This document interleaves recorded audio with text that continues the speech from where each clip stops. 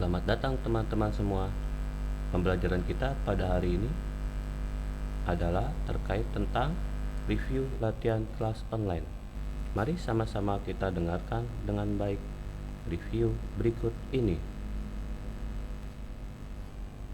Nah, di sini saya mau menjelaskan di bab 5 itu mereview di bab 5 untuk babnya saya. Jadi di bab 5 ini membahas tentang perancangan basis data, yaitu proses untuk menentukan struktur logis yang sesuai untuk menyimpan data dalam basis data rasional. Perancangan basic data melibatkan beberapa langkah gitu. Ya, diantaranya itu analisis kebutuhan, model konseptual, model logik, model fisik, redundasi, dansi, integritas sama kinerja dan keamanan gitu. Untuk babnya itu ada di bawah. Nah, di sini.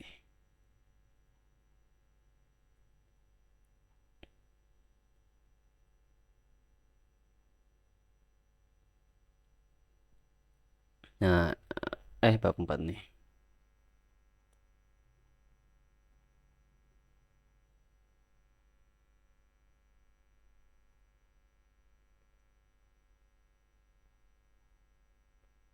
Nah, ini bab 5. Perancangan basis data nih. Perancangan nih, desain basis data yang baik sangat penting untuk memastikan bahwa data yang ingin disimpan konsisten dan dapat diambil atau diperbarui dengan cara yang paling efisien.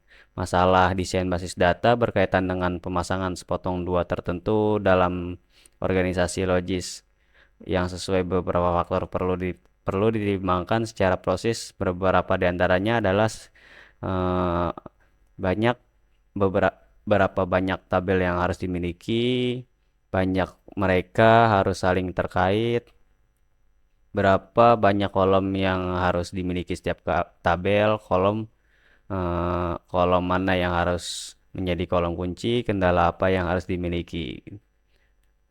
Seperti sebelumnya yang akan dipusatkan perhatian pada basis data relasional. Terlebih lagi ketika berbicara tentang desain basis data, maka berbicara tentang aspek logis dari desain dan bukan aspek fisiknya. Jadi seperti ini. Masalah penyimpanan data itu, contoh tabel redundasi itu tujuan dari sistem basis data adalah untuk mengurangi redundasi, yang berarti bahwa data hanya disimpan satu kali. Menyimpan data informasi berkali-kali menyebabkan pemborosan ruang penyimpanan dan peningkatan ukuran total data yang disimpan. Ini untuk contohnya seperti ini, ada nama, jurusan, ini contoh tabelnya, tabel redundasi. Pembaruan ke database dengan redundasi yang demikian berpotensi menjadi tidak konsisten. Pada tabel di atas, nama dan jurusan seorang mahasiswa disimpan berkali-kali dalam basis data. Hal ini disebut redundasi data dalam basis data. Seperti eh, ini nama Ananda. Jadi disimpan berkali-kali gitu. Untuk anomali pembaruan, beberapa salinan dari fakta yang sama dapat menyebabkan anomali pembaruan atau inkonsistensi saat pembaruan dilakukan, dan hanya beberapa salinan ganda yang diperbarui. Jadi perubahan pada jurusan Ananda harus dibuat konsisten dalam semua record yang berkaitan dengan mahasiswa Ananda ya.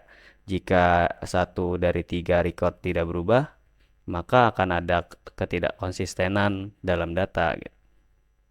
Jadi setiap habis data itu harus dianomali, jadi biar tidak ada salah data. Jadi langsung ke ketiga itu penyisipan. anomali penyisipan. Jika tabel ini adalah satu-satunya relasi dalam basis data yang menunjukkan hubungan antara mahasiswa dan mata kuliah yang dia ajarkan, fakta bahwa seorang dosen yang diberikan mengajar dalam mata kuliah yang diberikan tidak dapat dimasukkan dalam basis data kecuali jika seorang mahasiswa terdaftar dalam mata kuliah. Untuk keempat nih, anomali penghapusan. Jika satu-satunya mahasiswa yang terdaftar dalam kursus yang diberikan menghentikan mata kuliah, informasi dosen akan hilang jika ini satu-satunya relasi dalam basis data yang menunjukkan hubungan antara mahasiswa dengan dosen yang mengajar. Gitu.